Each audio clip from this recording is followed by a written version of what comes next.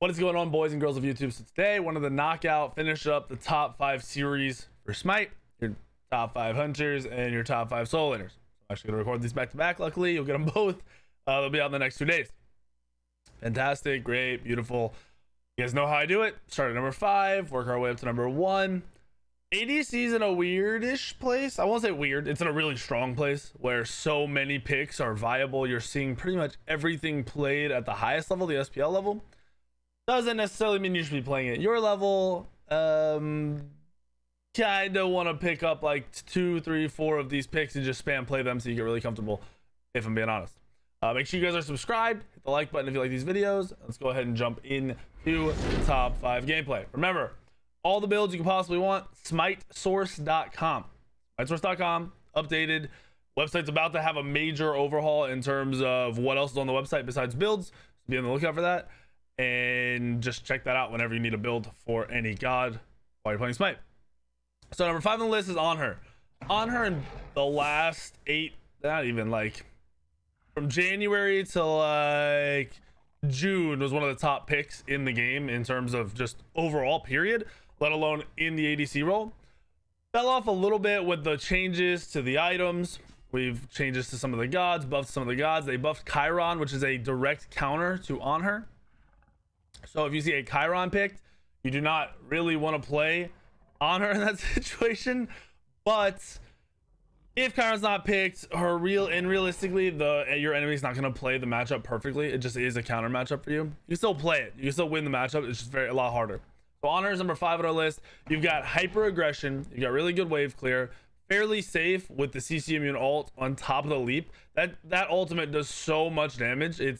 It's ridiculous how much damage you can get out from that. You can do it through walls, over walls, around your pillar. You can body block yourself with your pillar and then ult them, and so they take full damage, and then finish them off with auto attacks. You've got the slowing pillar, which helps you with objectives. Throw it to the side so it doesn't get destroyed by Gold Fury or anything. If you put it to the side, Gold Fury or Fire Giant's getting hit by that sand on the bottom, it's getting the reduction and it helps you kill it. Fantastic. Really good for chasing, really good for peeling for yourself, good for running away. Stops enemy junglers from diving on you and your ADC in the late game. It just slows them down. You can use it to kite. Really, On Her's got a solid kit that does a little bit of everything.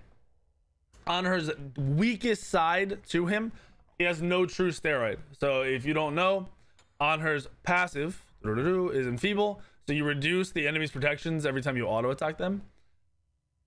This is great. Make sure auto attacks is harder, but you don't have a stim. You don't have something that buffs your attack speed in your kit, something that makes you attack faster, which is really what kind of peaks ADCs right now, with the ability to run that bow build and get all that extra power.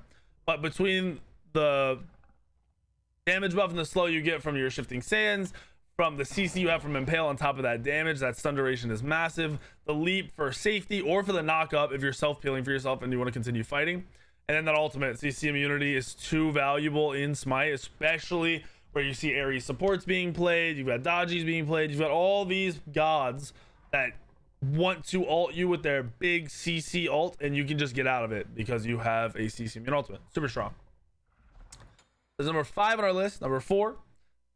I actually haven't talked about Chernabog much on stream, which is weird. People have been asking too much about him. Chernabog is slappering. Absolutely slappering. So right off the rip, stim, right? You get attack speed from your 2. You're getting 60% attack speed at max rank. That is a lot of attack speed to add on top of being already overcapped with that bow build that you will see on Smite Source and other places. Lots of builds work, don't be wrong. You don't have to run that bow build. That is just a very strong, consistent build for you to run. Well, I'm flicking my mouse around.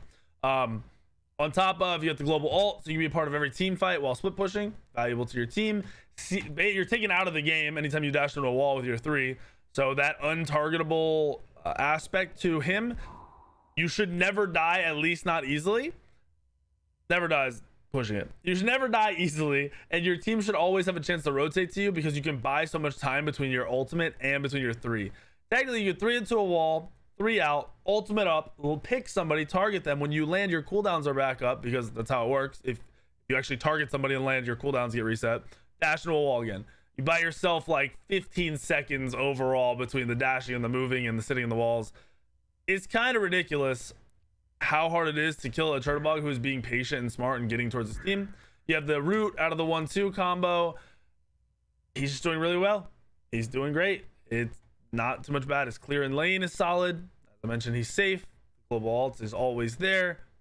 CC immunity from the global ult, as we talk about CC immunity, has a really solid kit to pair with everything that's being played and the way the game is being played right now. The Chernabog, number 4 on our list. I think that one might be the biggest shocker for you guys. I think maybe you want to argue positioning on some of these other ones, but I think Chernabog is maybe the one that's talked about the least, but you're seeing it played in the SPL. I actually just watched Cyclone play it against the Scarabs, and he was literally slaughtering everybody in the game. He was out pressuring the Rama.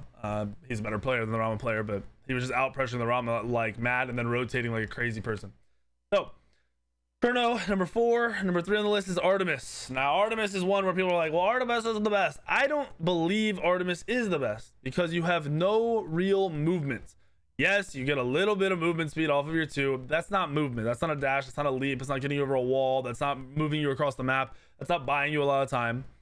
Artemis is a full aggression, full W key hunter. Works well in the meta. Works great in your casuals and ranked games. Don't get me wrong. Artemis is a great pick. That's why I have her at number 3. Has a CC immune ultimate that also stuns, does a lot of damage, allows you to combo into a root. So you can CC somebody for almost 4 seconds between the boar into the root. Has the stim on the 2, 80% attack speed. That is ridiculous. That is a ton of attack speed. Clear is a little bit weaker coming out of the 3. Lower damage, lower range, lower all that shit, but good at poking and still decent. Still good clear. Passive is solid. Anyone who CC'd, you get more attack damage too. So when you CC them with your ultimate, they get stunned, and then you root them. That's extra damage, 15% extra damage for that entire duration of 4 seconds, pretty much. O build with that stim. Artemis has it all. It's just Artemis. Artemis doesn't have it all. Artemis has all of it for being aggressive and getting kills. Doesn't have all of it for surviving and avoiding ganks and getting out of team fights. I highly recommend when you play Artemis, make sure you're confident in what you're doing. Be very aggressive in terms of the team fighting, getting in and just fully committing to that team fight, to the point where I would almost go blink sometimes so you can blink ultimate so you're right in the middle of the team fight. Just something to think about. Bow build works great on Artemis. Practice being aggressive. If you're a passive player or you're not a confident player, Artemis is not the pick for you. You can learn how to be confident. So if you're going to pick her, just start W keying so you can figure out your limitations, because she's very, very strong right now. Artemis is number 3 on the list. Number 2 is Rama. I mentioned Rama being played in the SPL a second ago and actually getting shut on by Chernabog, but Rama is amazing. One of the better clearing hunters in the game. Ability to pretty much not miss autos with that one, because the auto attacks are so long. You get the extra damage as well off of those autos. You're getting 50% attack speed. Not the best stim, but still a very solid stim. And it's 5 seconds at first rank. So it's a longer stim. It's really, really good. Has a role for a little bit of, staying safe and avoiding fights and being smart. Cripple's solid on it. Bonus damage off the auto is really good. And then your ultimate is what it really buffs Rama for me up to that number 1, 2 spot, wherever you want to argue it. Rama being able to dive with your solo lane and your jungler is one of the most valuable things in his entire kit. It's one of the most valuable things out of all the hunters in the game, because there are not many hunters that are good at diving, especially safe diving. That doesn't happen. Artemis dives. I told you, maybe even go blink, but Artemis is full committed and not safe during that time of the dive. Rama, if your jungler blinks and your solo lane blinks on a mage or a hunter in the backline, Rama ults up and is part of that gank, part of that dive, part of killing that backline while taking no damage. Yes, you gotta remember, you're leaving out your mage kind of just fend for herself or himself or whoever it is, but that value is hard to compete with, especially with how fast you can kill somebody while diving. You're able to kill somebody before you even use your full astral barrage a lot of the time in that situation, and then you can hit another person, come down and start autoing them and be a part of that regular team fight, and now you're in a 5v4 where you took no damage. Amazing. I've liked Rama forever. I think some people get a little bored with Rama because he's super straightforward, just an auto attack god. You got a stim, you got buffed autos, buffed auto, and then your cool ultimate. I think that's just something for you to test out. Be patient while playing Rama. That ultimate allows you to be in position even when you're out of position. Allows you to rotate halfway over to the mid lane. Say the enemy hunter rotates the mid lane for a fight, you only got to go halfway, and then you can ultimate and you can ult into that team fight and be a part of it. Just become consistent with that ultimate to the best of your ability. You'll see a lot of success and you'll have a lot of fun. That's Rama. Number 2. Number 1, Chiron. Number one, I think Chiron is one of the easiest hunters to play right now, just straight up. Really good clear with the 1, good poke with the 2, plus the slow allows you to set up and land your autos a lot easily. The 3 is very strong now because you're immune to knockups while you are in your 3, which was one of the core things that kind of countered Chiron. You would wait for Chiron to dash and then you would knock him up. He can't be knocked up anymore. He has that kickback, so he's got a little bit CC on his 3. The 3 does damage, allows you to chase somebody down a lot better. And then you have the long range ult, which is similar to Rama, except for you aren't safe during it because you're on the ground, but you do a lot of damage. With that ultimate, you can ult to the backline, you can dive without actually diving, you can stay near your mage and protect that person or fight with that person or play around that person, while also helping out your jungler, your solo, and your support, whoever's diving. That also follows out if you hit that ultimate with a 2. That 2 then is a finisher or just more poke on top of somebody. It really allows you to force them out of the fight completely.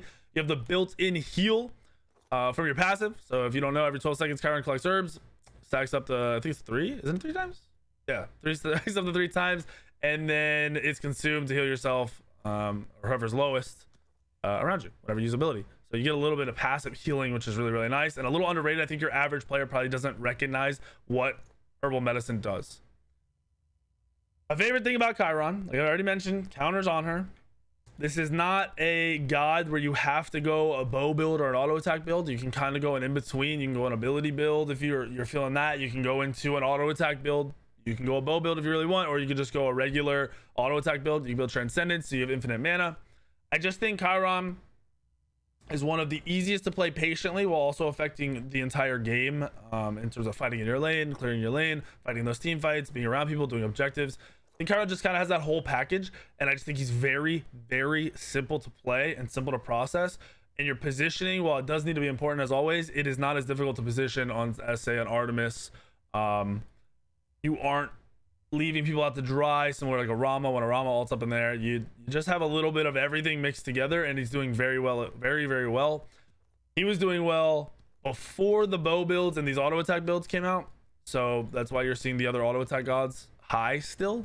I have just seen a lot of success with Chiron. I've seen Chiron doing very well in ranked and casuals. Might not apply directly in the comp games at all, because he's a little bit different in a full team fight, everyone's communicating setting. But for you on your own, one of the best hunters for you to be playing right now. Hopefully this top 5 list helps you guys. I hope you like me doing this kind of content still. I'm gonna try to get heavy into this content because we've got a big patch coming out that's gonna affect junglers massively. So I want to make sure you guys have this leading into that. I'm also going to be doing overall guides for each role. If that's something you guys want, especially for a specific role you guys want to see it, maybe you're a little lost jungling, a little lost playing ADC, whatever it may be, please comments below, let me know which one you want me to do first, and we'll get to work on that. So you guys have that information. It'll be like a beginner intermediate level. I won't be super basic. I won't be like, this is a jungle camp, but we'll get down to the newer players so they learn a lot, and so those mid-tier players that are trying to get higher can also learn a lot. That's my goal with those guides. Yeah, like I said, make sure to subscribe so you can see those videos. Hit the like button on this video if you want me to do more of this, and thanks for watching, guys. See you in the video later today, later tomorrow, and the next day.